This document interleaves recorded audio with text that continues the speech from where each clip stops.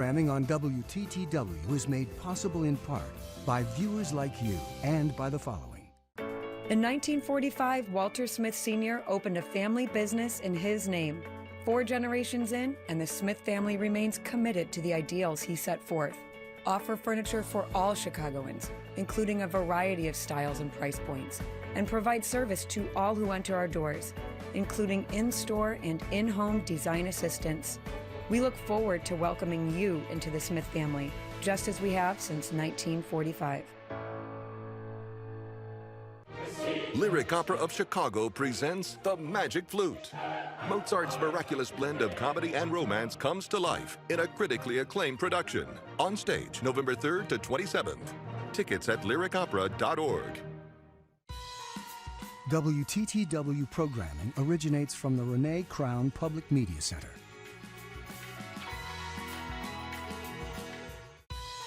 Programming on WTTW originates from the Alexandra C. and John D. Nichols Broadcast Operations Center. We gratefully acknowledge their outstanding support. How do you hear of a senseless murder, of an officer killing your son in the middle of the street? Put your lighters up for Mike Brown. This was going to be bigger than it looked. Losing a child is hard. We have to do things that build us back up. Tonight at 10 on WTTW. They give you visibility into what people are doing with money that they don't want you to see. We have never seen this many heads of state and global billionaires in one location before. Tuesday at 10 on WTTW. Hello, this is Mackenzie. I'm from Boise, Idaho, and you're watching WTTW.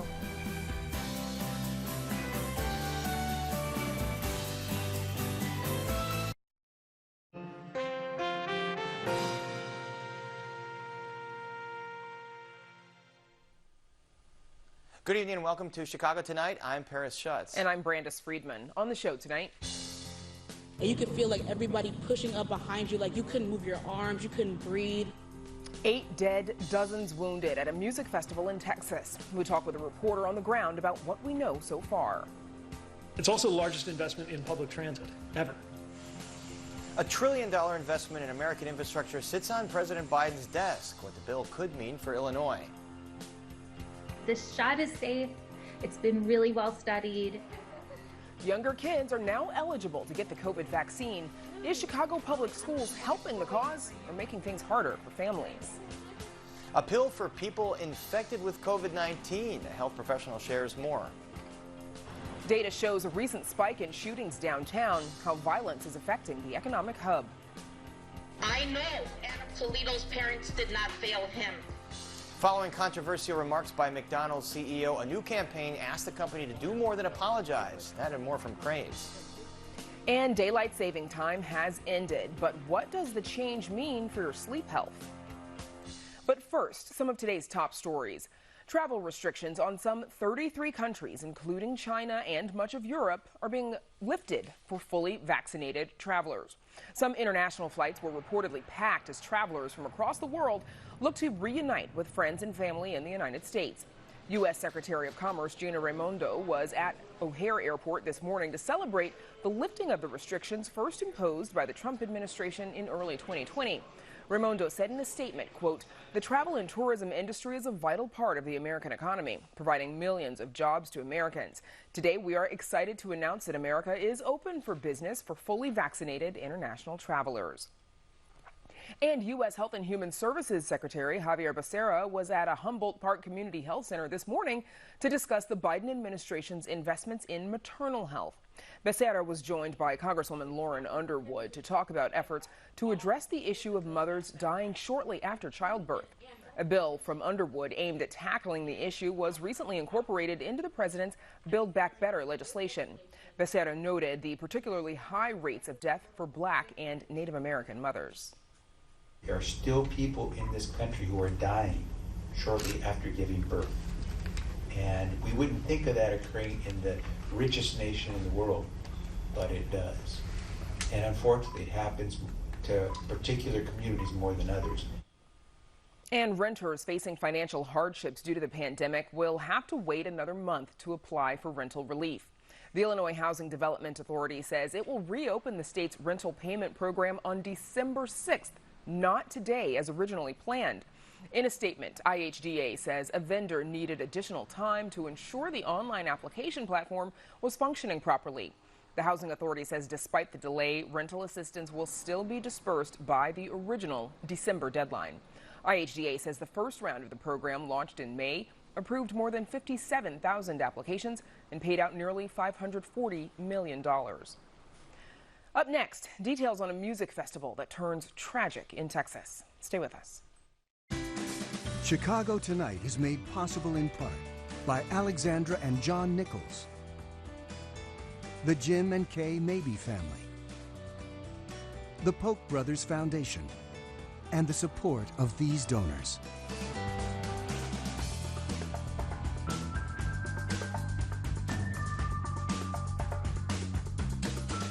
Rapper Travis Scott and other organizers of the music festival called Astroworld are facing several lawsuits after Friday's deadly concert. 8 people were killed and dozens injured after a crowd surge at the Houston festival.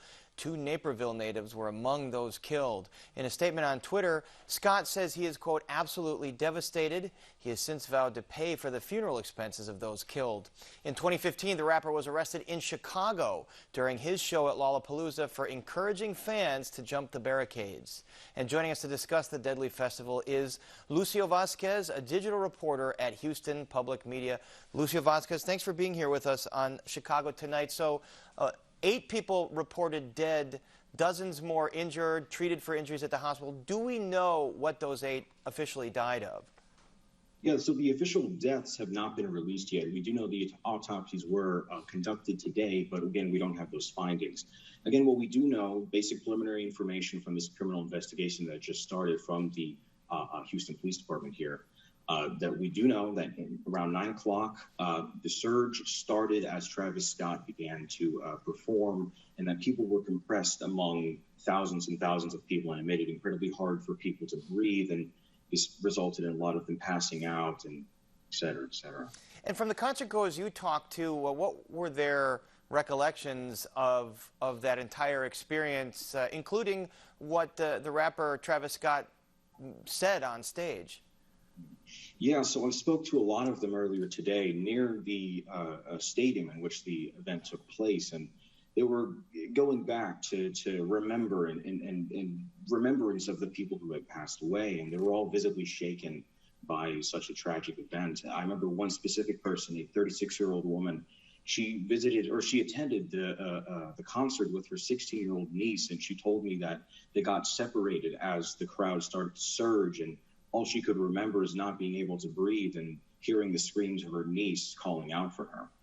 And so, again, a lot of these people are very visibly shaken, and it should have been a fun event, and it turned into something obviously not so fun. Scary moment. So we mentioned at the top that Scott was arrested. Well, he wasn't arrested, but there was at Lollapalooza, there were problems of him encouraging moshing and people kind of acting rowdy. He has a history of this. He was arrested in Arkansas. For our viewers, can you just tell us a little bit more about who Travis Scott is and sort of the controversy that follows him? Yeah, so he's a Houston rapper, Travis Scott. He has made, songs such as Sicko Mode with Drake and whatnot. And over the past few years, he's had Astroworld, a festival here in Houston that has drawn a lot of people to the city, and it's been a point of celebration, but it's also been a point of controversy. I believe in 2019, we had gates being broken as people basically stormed the gates as if it was a castle. Unfortunately, this year was much, much worse. And as you mentioned, the Houston PD has opened a criminal investigation. What might that investigation entail? Well, hopefully it'll entail a lot, because at this point, we don't really know a whole lot as to what happened during those 40 minutes in which Travis Scott continued to play after a mass casualty event was declared. We don't exactly know what happened to start the event, or even if there was a concrete motive, right? And we also have a report of a security worker who was allegedly nicked in the neck with a needle. Not entirely sure what that needle contained, but that worker was revived using Narcan, which is a drug used to treat overdose. Isn't that also part of what happened here, that there were multiple reports of drugs, intravenous stabbings of drugs? Can you elaborate a little bit more on that? So I personally have only heard the one report of the stabbing with the needle, and that came from HPD Chief Troy Finner himself. But I have, again, spoken with a lot of people, and through firsthand accounts, people have told me that they saw a lot of drug use, and one specific person I spoke to saw a bag of cocaine apparently just being tossed around. So again, these are all speculation, and it's hard to verify these things based on firsthand accounts, but we're going to hope that that investigation really clears things up. And there's already lawsuits that have been filed in relation to the incident. What do these lawsuits entail? Yeah, there's at least 15 as of right now, and I think it's safe to assume that that number is probably going to increase as the week goes on. They're all against Live Nation, concert organizers in general. Some even named Travis Scott as a defendant. They're all saying that the concert organizers and Scott himself are negligent in the way they organize the concert, and they're all asking for $1 million each. And that Live Nation, is there any evidence that their security protocols weren't up to industry standard, or is that something that the Houston PD is going to investigate? Again, another thing that's part of that investigation. Officials here are going to be looking at this emergency plan that the concert or the festival in general had to submit before opening up. And they're going to look at whether that plan was sufficient or even followed after the mass casualty event was triggered. All right, I know a lot of concerns about these big festivals, these big concert events like Lollapalooza in Chicago, and it happened all over the nation. Tragic event late last week. Our thanks to Lucio Vasquez. Thanks for joining us. Thank you. And now, Brandis, we toss it back to you. Paris, thank you. Illinois children between ages 5 and 11 have started getting vaccinated against COVID-19. According to the state public health department, since the CDC's approval last week, approximately 15,150 pediatric doses have so far been administered to Illinois children in that age group. The city of Chicago is aiming to boost vaccinations with a Vaccine Awareness Day on Friday. But that is causing some issues. Amanda Vinicky joins us now with more. Amanda. Yeah, Brandis, the number of doses given to younger kids in Illinois could actually be higher, given that there's a 72-hour lag in reporting. And then also, additional training is required. So some pediatric providers may still be having their own lag time before they're ready to jab children in the arm with that COVID vaccine. But that is already underway at Lurie Children's Hospital, which on Friday held its first clinic for that group of youth ages 5 to 11. And more than 1,100 doses were administered to children in that group so far. Dr. Jenny Kuzma says that it is a good week to be a pediatrician. It's been really well studied. It's been reviewed by a lot of people. And so I would say I have confidence in the safety of this vaccine. I think that's a really important piece. And so she says it is normal for parents to have questions, and if so, she encourages them to talk to a doctor. The studies on youth took place during the summer when that Delta variant was surging, and still the vaccine was proven to be effective, even as younger kids receiving a smaller dose. And what's interesting and exciting is that that dose is smaller, but the immune response or that antibody response is actually very much similar to the adolescents or adults who got the larger dose of the vaccine. So smaller dose, but we're seeing that same great, robust immune response. Now, UI Health began giving children in that group that shot today. And the head of the Child and Youth Center says that her kiddo is going to be getting the shot, and she encourages other families to do so as well. Kids, after all, can get serious cases of COVID. It's hard to know which children will be severely affected, and we do see children who need a lot of support from the breathing and the heart kind of complications that go with COVID. Many people of all ages do well having had the infection, but it's just so hard for us to know who will and who will not. And we are seeing some children with the infection in our hospital as we speak. But some parents aren't ready. Willie Preston is a father of 6 children who go to CPS schools ranging in ages from 16 to 5. Well, my wife and I are not currently at a place where we feel comfortable giving our children the vaccination. Certainly not our 5-year-old. The vaccination it seems like it's rushed. There's little to no, we don't know enough about it. Now, parents like Preston are who Chicago Public Schools administrators may have had in mind when late Thursday the district announced it's canceling classes on Friday for that Vaccine Awareness Day. CPS billing it as an opportunity for the most recently eligible to receive the vaccine as quickly as possible, also ahead of the holidays. But for Preston, it is frustrating. He says vaccination should be up to parents. It's about choice, and he believes it is clear that CPS's new CEO did not consult with families. He thinks then they would have considered what it means for working families like his own, and that is a huge child care problem.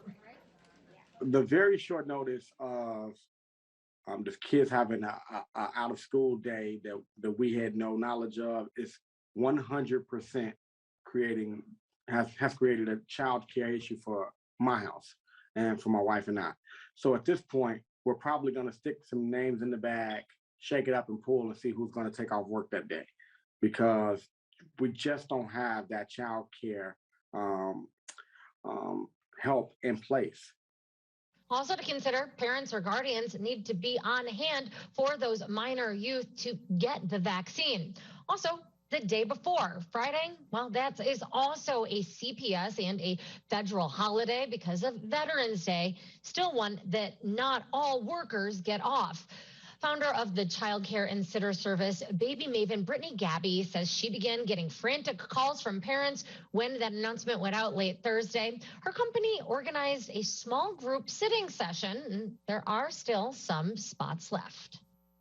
They can reach us via email, and it's as simple as, us getting your child's contact information. We wear masks. All of our sitter mavens are wearing masks, and lunch and a snack is provided. So we're going to try to lean into filling the gap for that support for those 2 days. Both Lurie's and UI Health are also expanding their vaccine clinic slots on Friday for that CPS Vaccine Awareness Day.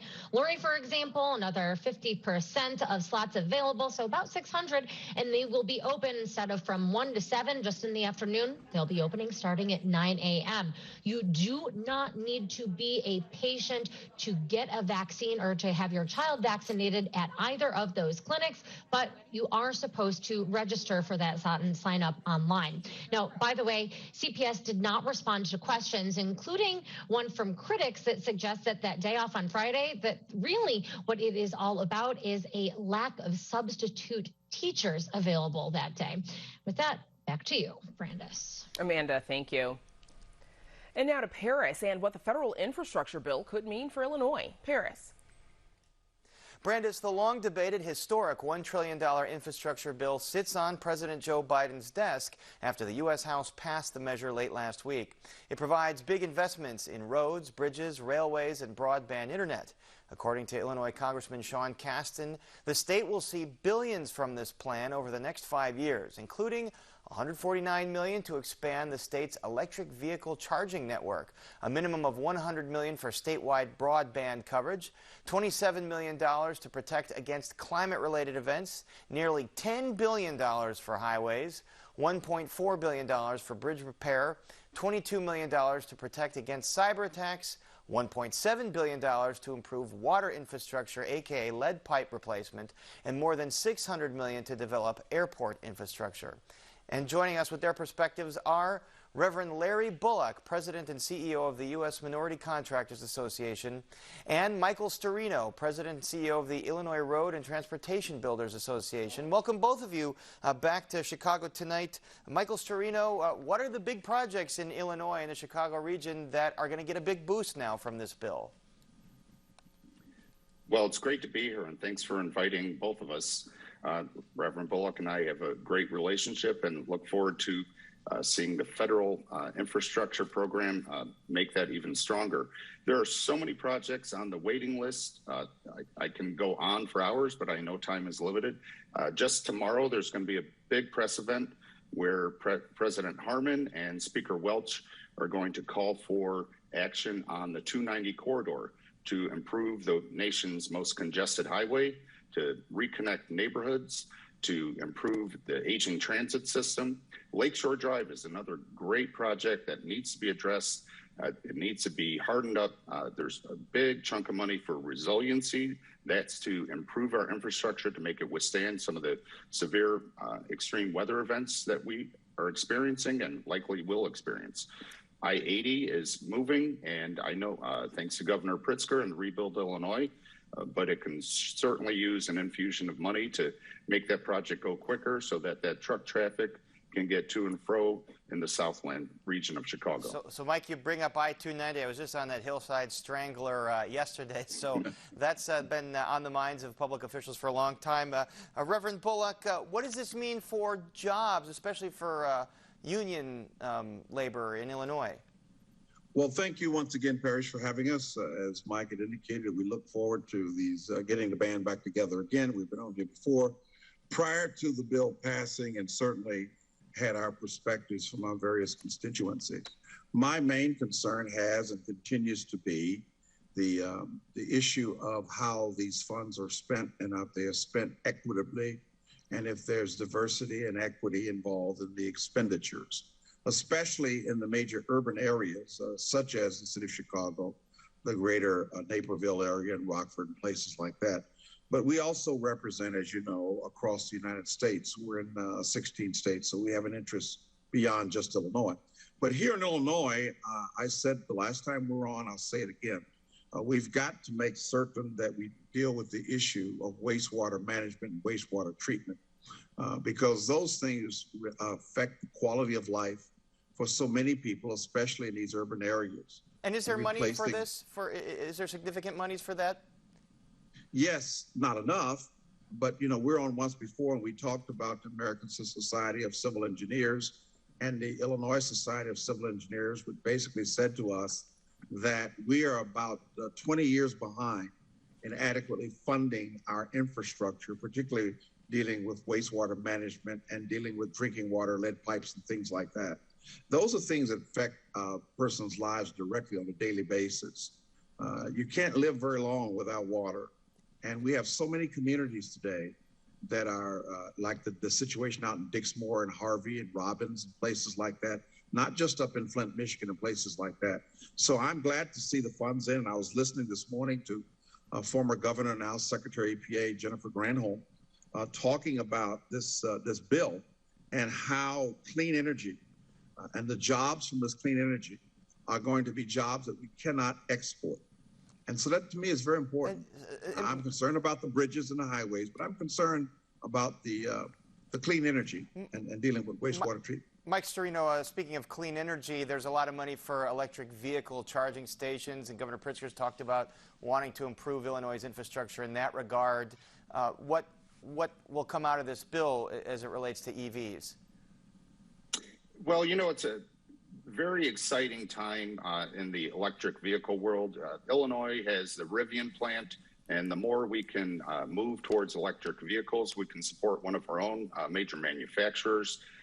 What's interesting about electric vehicles, we're not at the technology where people are over the range anxiety, and we're not at the point where it's readily affordable to most folks in Illinois. So this bill is looking at addressing those two issues. In fact, there's new technology.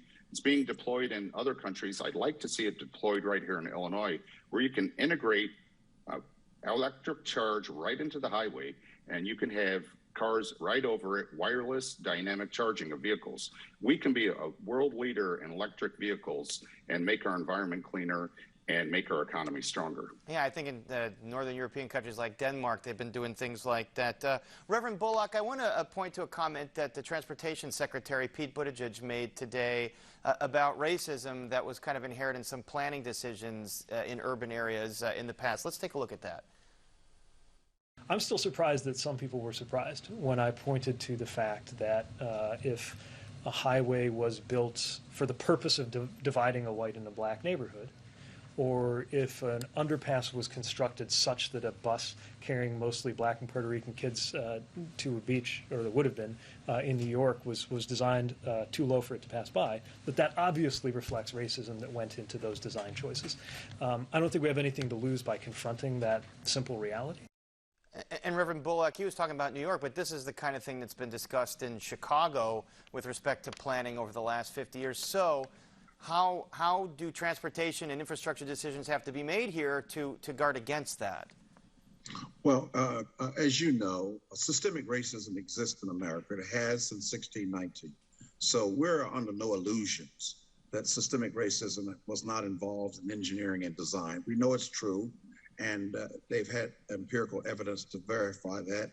And some would say that we need to break down these barriers that have been constructed structurally in terms of actual infrastructure construction to ease the access of these communities back into the greater economy. Now, we're looking at some of this down in Texas. We're looking at some of this down in Tennessee. And certainly we have situations here in the city of Chicago. The proverbial expression that you live on the wrong side of the tracks, that is a fact, that we create communities based on different sides of the tracks. And so if you remove those visible structures, you go an awful long way to bringing about a greater diversity and equitable solution in economic development. For example, we know that Dan Ryan went right down the middle of a community.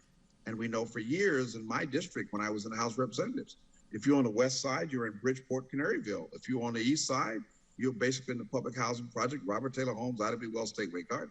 So we know, and I agree with Secretary Buttigieg, that this is a great time if we're going to rebuild these structures to eliminate those types of barriers that have existed since this country was founded. And in fact, he said that there is funding in here to undertake some of those efforts. There's so much in this bill, and we've only gotten started discussing it. Our thanks to Reverend Larry Bullock and Mike Storino. Thank you. And up next, some of today's top business headlines, so please stay with us. I come from a people that not only found a way to survive through the most horrific circumstances, but they thrived. I could not save one of the boys of color in my own life. If my family could be exposed to this horror, then really it could happen to anyone. We are truly all in this together.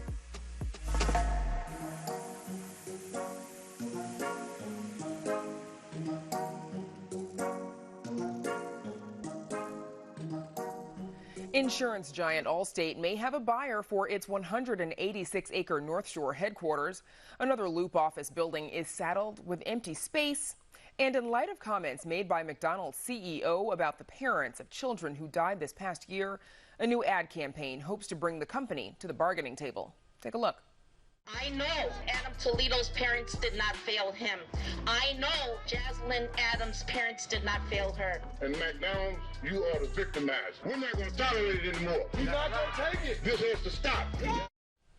And here to go behind the headlines is Crane Chicago business reporter A.D. Quigg. So, A.D., let's start with this McDonald's story, of course. The ad released is asking McDonald's CEO Chris Kempczynski to address workplace issues. So remind us what prompted this ad and whether or not McDonald's is going to fulfill any of its requests. Right. So what prompted this were text messages between Kempczynski and Mayor Lori Lightfoot back in April that recently came to light thanks to a FOIA.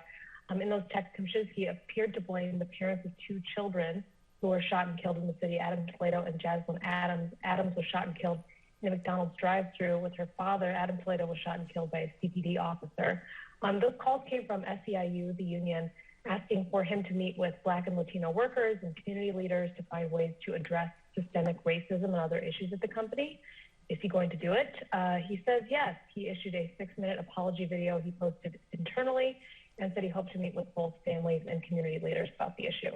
Okay, so up next, a Loop office building. It's traded hands between an Irish real estate investment fund to the building's lender. What's happening, and does this signal any larger trends for the Chicago downtown office market? Right, so this is a 24-story Art Deco office building at 65 East Wacker. You might know it because Morton Steakhouse is on the first 2 floors. That Irish investment fund tried to sell it while it was staring down a default on its mortgage. Instead, it turned it over in what's called a deed in lieu of foreclosure to a lender called Acres Capital. So for that Irish company, they won't face a lawsuit because they missed loan payments, but they have to walk away from the building. And it's a snapshot of what downtown office landlords are facing. This building was only 60% leased last fall. We're still in the middle of a pandemic. A lot of employers are still grappling with COVID's impact on remote work. They're offloading parts of their leases or not renewing at all. Okay, and lastly, a warehouse developer set to purchase the 186-acre Allstate campus in Northbrook. So if this deal goes through, what happens to that property? Yeah, it's a huge chunk of land. There's a Nevada developer who's hoping to turn it into a series of industrial warehouses. This is the flip side of that work from home rush. You've got more people getting stuff shipped to their homes, which means more demand for space to store and distribute all that stuff we buy online. It's going to be a pretty big hurdle to get support from folks in nearby Glenview and Northbrook for the project. Residents are not huge fans of trucks and congestion projects like this can bring, but similar projects have been approved elsewhere, so we'll just have to wait and see if we're in the mood for more Amazon-like shipping places. Yeah, those warehouses are in high demand. A.D. Quigg at Cranes, thank you so much for joining us again. Thank you. And now, Paris, we toss it back to you. Thanks, Brandis. And still to come on Chicago tonight, an infectious disease specialist on what to know about the new COVID-19 antiviral pills. As crime is up in areas across Chicago, recent data shows a recent spike in downtown shootings, how violence is affecting the economic hub. And clocks fall back as daylight saving time comes to an end. How to adjust your schedule for the extra hour. But first, some more of today's top stories. A man shot by Kyle Rittenhouse took the stand today in the murder trial of the Antioch teen, and he told a Kenosha court he had no intention of shooting Rittenhouse, even though he was armed with a pistol and pointed it at Rittenhouse during that encounter. Gage Grosskreutz testified that he is a trained paramedic who traveled to Kenosha in the summer of 2020 to provide medical assistance to people protesting the shooting of Jacob Blake. He told jurors he believed Rittenhouse was an active shooter and that he thought he was going to die. I was trying to preserve my own life, but doing so while also taking the life of another is not something that I'm capable or comfortable in doing. That goes against almost a lifelong ethical code that I've lived by in regards to medicine. Rittenhouse is charged with shooting 3 men, 2 of whom died during protests in Kenosha last summer. Governor J.B. Pritzker was part of a panel of Democratic governors at the UN Climate Change Conference in Glasgow today. He took the opportunity to talk up Illinois' recently passed Climate Action Plan. Pritzker promoted the state's credentials as a leader on tackling climate change while also noting economic benefits of transitioning to a green economy. But he also noted the need for more action. Everyone here in Glasgow is acutely aware that when it comes to addressing climate change, there is so much more to do. We know that in the state of Illinois, but everything that can be done must be done. And Chicago's official Christmas tree has been delivered to Millennium Park. After being adorned with decorations, the tree will be lit up on November 19th to officially kick off the holiday season. The 46-year-old, 51-foot-tall blue spruce was donated by Logan Square couple Noemi and Mario Benavides. And you can find much more information about the tree's trek on our website. And now, Brandis, we toss it back to you. Paris, new breakthroughs in COVID-related medicine, and this time it's a pill. Pharmaceutical companies Pfizer and Merck have been working on antiviral pills that fight COVID-19. Merck's pill was authorized in the United Kingdom just last week, and Pfizer says it plans to send the results of its clinical trials to the U.S. Food and Drug Administration. The company claims it reduces the risk of hospitalization or death by 89%. Joining us now with more is Dr. Irfan Hafiz, infectious disease specialist and chief medical officer of Northwestern Medicine, McHenry, Huntley, and Woodstock Hospitals. Dr. Hafiz, thank you so much for joining us. So we understand that Merck's pill has been approved in the UK. Pfizer, no authorization for that one yet. How do both of these pills work? Yeah, these are both antiviral agents. It's very exciting to hear that we're finally being able to get these through the trials there. Both of these work slightly differently. The Merck's drug actually is a nucleoside analog, so it works earlier in the phase of where the virus infects the cell. Pfizer's drug, on the other hand, is a protease inhibitor. We've used protease inhibitors for decades for other viral treatments, but this one is part of the life cycle of the virus actually before it leaves the host cell. So both of them can, at different targets, affect the cell replication. And how would you say their effectiveness compares to one another? There is, right now, the trials are not head-to-head trials, so it's really hard to compare them.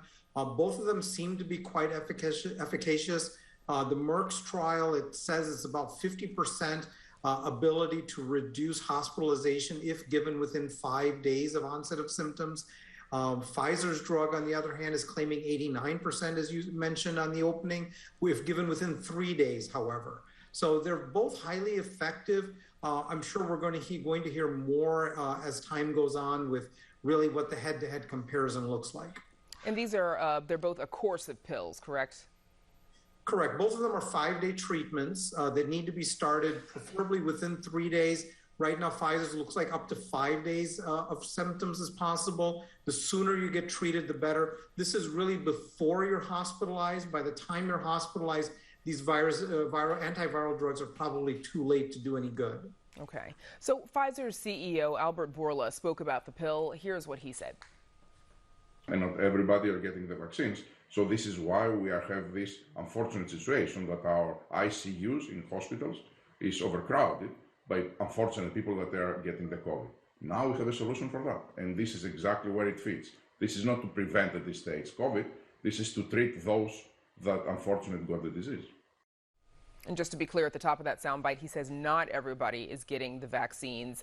And so officials, of course, Doctor, still recommend the vaccine, not, waiting to get sick so that you can just take the pill, correct? Correct. I mean, the vaccine is definitely the first means of treatment there and prevention, really. So you don't want to get into that situation. So definitely encourage vaccination. It's for those people who either cannot get vaccinated or have breakthrough infections that these antiviral drugs will be of really great benefit. And what do you think so far is the timeline for either the Merck or the Pfizer pill being available in the U.S.?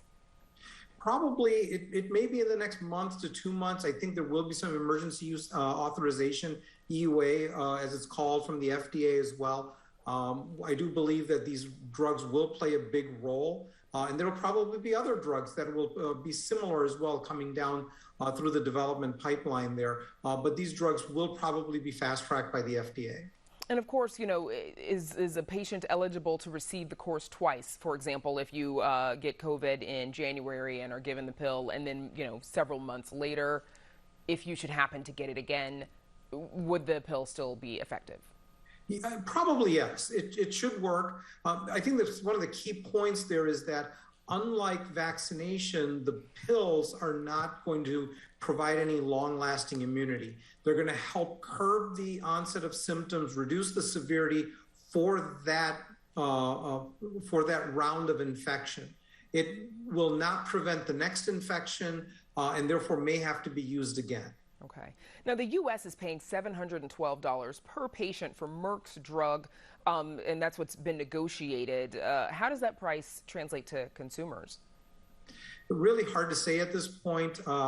It'd be difficult to say. I saw some numbers of around $700 for the Pfizer drug, but this was based on some UK pricing that I saw in an article. But I don't know what the eventual retail cost will be. Okay, and it seems like a high amount. Surely, less wealthy nations won't be expected to negotiate that same amount. I think they've negotiated some generics. Correct. There's probably going to be, this will definitely limit who's going to be able to get the drug for sure. The cost is quite a bit. Absolutely. And to that end, will there likely be some guidance on who is eligible or who would benefit from receiving this treatment? For example, we know early on, older people, those who are immunocompromised, were first in line for the vaccine, for example. Absolutely. Just as we have for the monoclonal antibody, there are some criteria for usage. Similarly for this, I do expect that there will be some usage criteria as well. But this gets back to really the importance of vaccination as that cost-effective way. This the highest, if you look at cost effectiveness and the benefit ratio, it is the highest with vaccines. So it's hard to beat. Yeah. Dr. Irfan Hafiz, thank you so much for joining us. Thank you for having me. 10 people were killed and at least 50 people were shot in Chicago over the weekend. And public officials are left grappling with how to deal with the problem as violence also increases in the Loop. Of the 2 police districts that make up downtown, Chicago police data report that 48 shootings so far this year in District 1 have happened, compared to 29 this time last year. That's a 66% increase. And in Police District 18, data shows 43 shootings this year, compared to 27 in 2020, a 59% increase.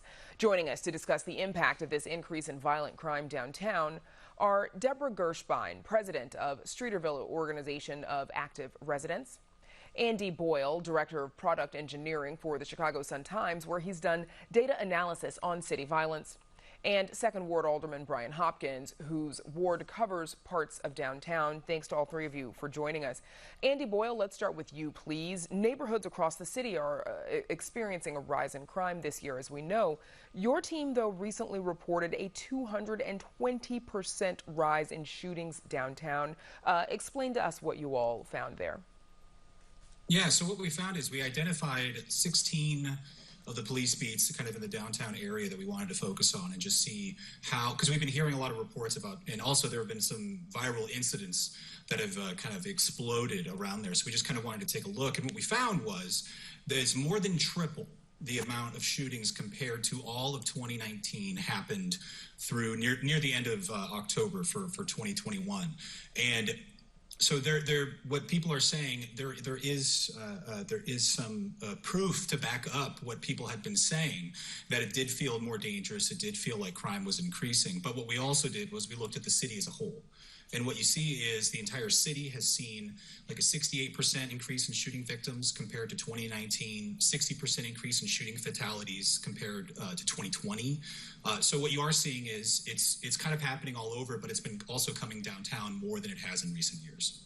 And just to be clear, how would you say these numbers of what we're seeing downtown compare to other neighborhoods in Chicago?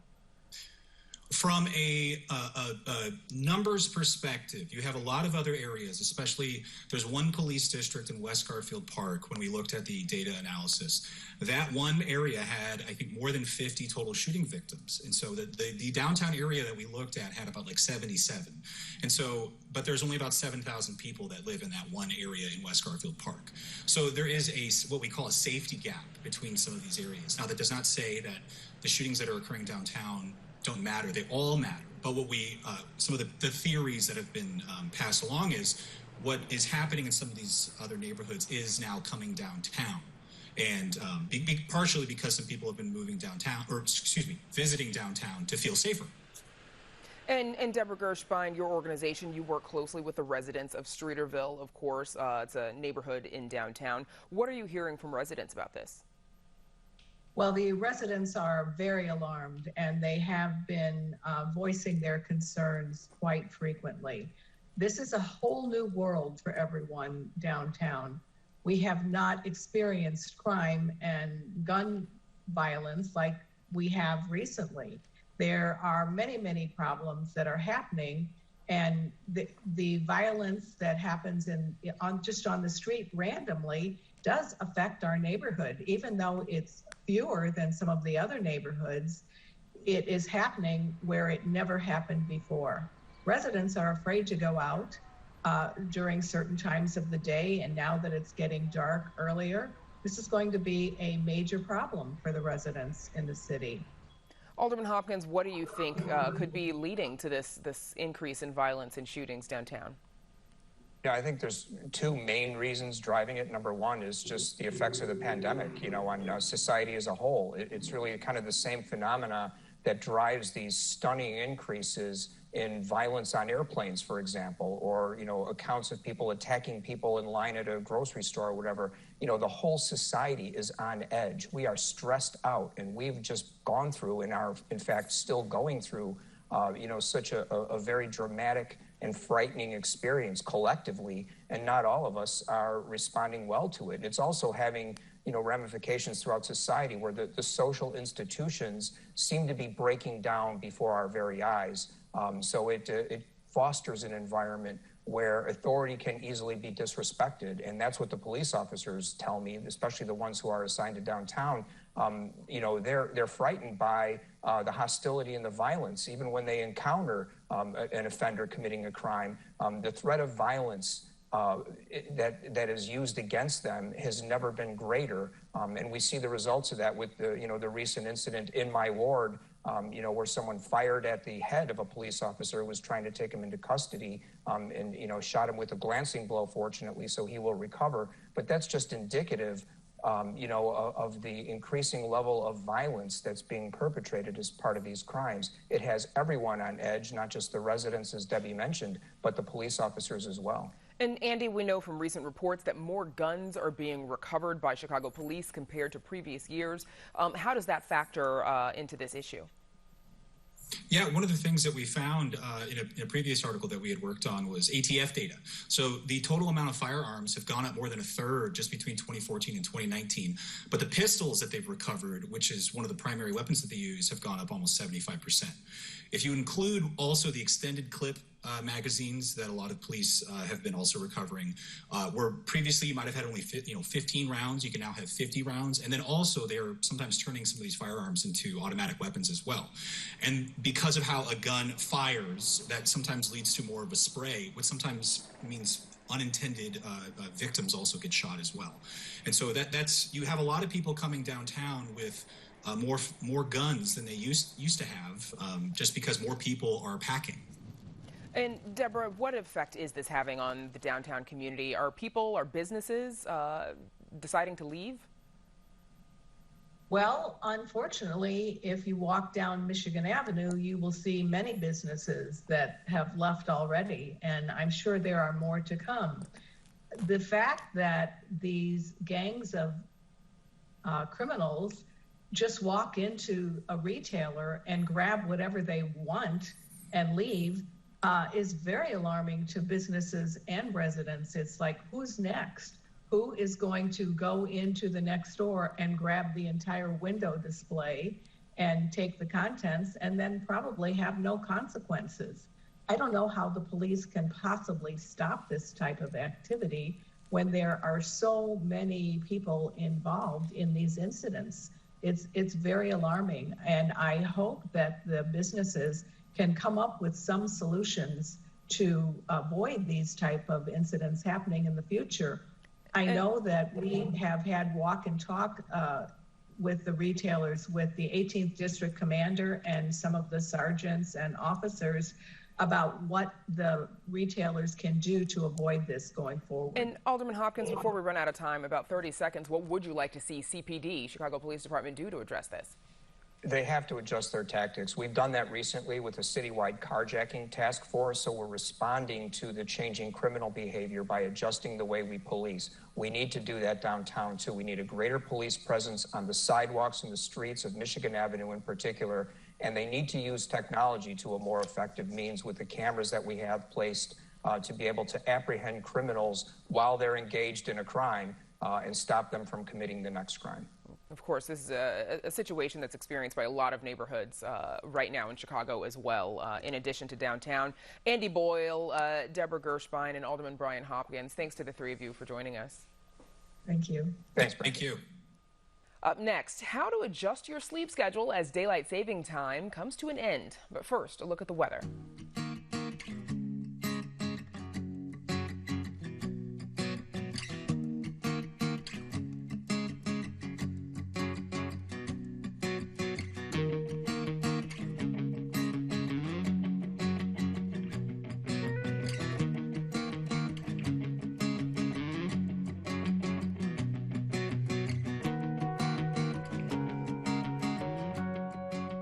Don't ever miss Chicago Tonight. Subscribe to our podcast. Get a daily download of our show delivered to your desktop or mobile device.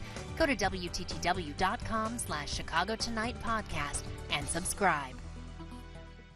If you're tuning in expecting to see Antiques Roadshow right now, you might have forgotten to turn back the clock an hour. I think we all know the drill at this point, though. Daylight saving time ends around this time every year, leading to the inevitable dread of the early nightfall and inevitable debate about why we do this in the first place. But what does the time change mean to our sleep health, and does the earlier sundown have an ongoing effect on our mood? Joining us to discuss the end of daylight saving are Dr. James Wyatt, a clinical sleep disorder specialist at Rush University Medical Center, and Dr. Sabra Abbott, a sleep medicine specialist at Northwestern Medicine. Welcome, both of you, to Chicago Tonight. Dr. Abbott, remind us why this time change exists in the first place. That's an excellent question, and there's a lot of lore about this, whether we would actually save on electricity costs, for example, if we extended that evening daylight in the summertime. It seems like it hasn't really held out, though, and I think for most of us it just causes a hassle twice a year. And we talk about this every time, 2 times a year. Let's look at some of the statistics here, effects on health here. According to a 2014 study from Open Heart, there was a 24% increase in heart attacks when people lost 1 hour to spring forward, lost 1 hour sleep, that is, a 21% decrease in heart attacks when it was time to turn back the clock. So, Dr. Wyatt, can you explain these connections here to turning back or turning forward the clock and health? Sure. So fundamentally, the one in the spring is the harder one, where you're essentially losing an hour of sleep because that clock gets moved forward in the middle of the night. So there's the sleep deprivation that happens acutely that night. But another thing that happens is you're waking up at an earlier time relative to your body's what we call circadian system. That's the 24-hour clock in the brain that tries to help us stay asleep at night and be awake during the daytime. So you're trying to be awake with sleep deprivation, but also at an earlier clock time. And then that next night, you're trying to also go to bed that hour earlier when the circadian system still thinks it's daytime, so it's trying to keep you awake. So fundamentally, this is putting more strain on your body. That's why we have the increase in heart attacks and strokes, a heart rhythm problem called atrial fibrillation. You have this 6% increase in fatal car accidents in the week following daylight saving time switch in the spring. You also have slower marathon running performance.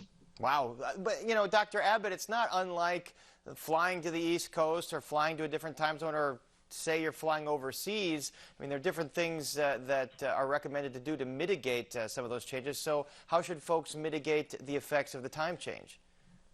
Yeah, so our bodies really depend on the strong signal of light to tell us what time of day it is. And so one of the best ways that people can adapt this time of year is to try to get just a little bit of extra light in the evening. And that kind of goes counter to a lot of the advice you normally get from sleep specialists. But right now, that light in the evening is going to help give you that extra little push to move you that hour later, so you get sleepier a little bit later and you wake up a little bit later.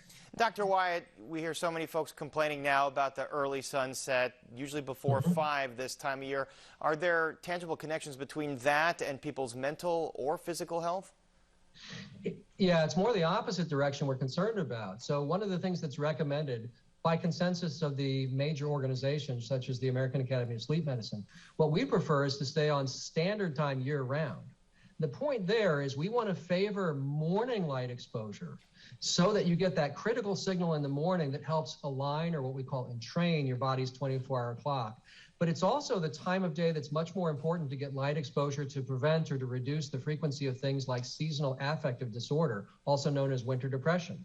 So it's that morning light that's far more important for overall health than evening night. Although Dr. Abbott, of course, is correct that during this change now, when we've fallen back in the fall, that's the time we need a little bit of evening light for a couple of days to delay our rhythms later.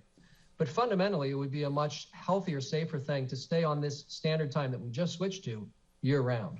Dr. Abbott, is that sort of a consensus among medical professionals, that it's just healthier overall to stay on one standard time 365 days a year? Absolutely, and I think for 2 reasons. So first of all, like you cited, all of those statistics for everything that can happen with the spring daylight savings time switch. But then also in terms of the best alignment between your internal clock and the environment, like Dr. Wyatt said, it really is much healthier to get more of that light in the morning than in the evening. And there are a lot of studies showing that, for example, if you live on the western side of the time zone where you are getting less of that morning light, there are actually higher rates of cancer, depression rates go up if you lack that morning light. And so we do think as a community, the sleep field feels like standard time year round is really the best approach. Now, Dr. Wyatt, both of you are medical professionals, not politicians, but what needs to be done to actually get political leaders to eliminate the time change? They talk about it every year, but nothing seems to happen. Well, there's actually a threat going on, Paris, right now in the opposite direction, which is Senator Marco Rubio from Florida is proposing what he calls the Sunshine Protection Act. And he's proposed this since 2018, trying to adopt daylight saving time year-round, which fundamentally doesn't agree with the circadian and sleep science. But what has to happen is the federal government has to act. So there are many states right now that have already passed legislation trying to adopt daylight saving time year-round, not standard time, which we would like them to do. But they can't change that on their own. The federal government has to approve them doing that. And they'd have to change the law, because right now, standard time is the law and daylight saving time is the exception. So they'd have to essentially fundamentally rewrite that. And it sounds like what you're saying is doctors believe that standard time should be the standard, and politicians and others are saying daylight saving time should be the standard because it gives you that extra hour of sunlight at the end of the evening. Dr. Abbott, am I correct there in this characterization? That is correct. And I think oftentimes when I discuss this with people, there's a misperception that somehow switching to daylight savings time year round is going to give them more light, but really it just shifts the time of day that you're exposed to it. All right, a lot to think about here, and our thanks to Drs. James Wyatt and Dr. Sabra Abbott. Thanks so much. Thanks. Have a good evening. Thank you. And we're back to wrap things up right after this. Chicago Tonight is made possible in part by Alexandra and John Nichols, the Jim and Kay Mabie family,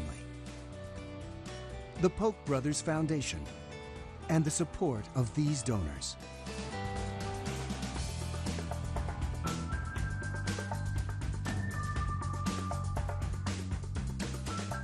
I don't know about you, but I enjoy that extra hour waking up in the morning. It's 6:30 and you think it's 7:30, and you know? It's early either way, and I'd probably rather have a little bit of extra time in the evening, but I hear what the doctors are saying. I wonder if the reasons for avoiding that switch might be more about economics than the sleep health. I certainly don't look forward to springing forward, though. It's tough to lose that hour of sleep. All right, and that is our show for this Monday night. Don't forget to stay connected with us by signing up for our daily briefing, and you can get Chicago Tonight streamed on Facebook, YouTube, and our website, WTTW.com/news. And you can also get the show via podcast and the PBS video app. And please join us tomorrow night live at 7. Pediatricians are calling a national emergency on children's mental health. Plus, the life of Maestro Ravi Shankar and his influence on world music. We'll meet one of his students in town for a new exhibition.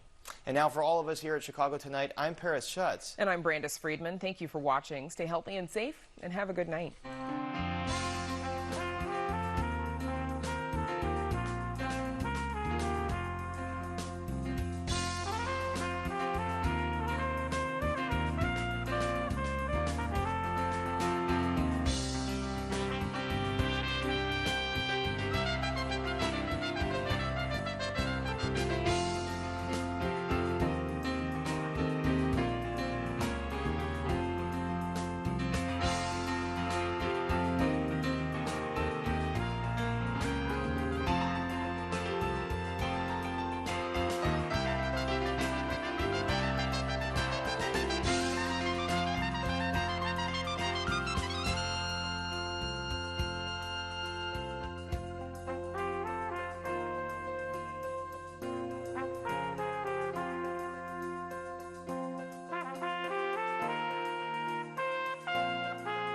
Closed captioning is made possible by Robert A. Clifford and Clifford Law Offices, a personal injury law firm representing dozens of families in the crash of a Boeing 737 MAX 8 jet.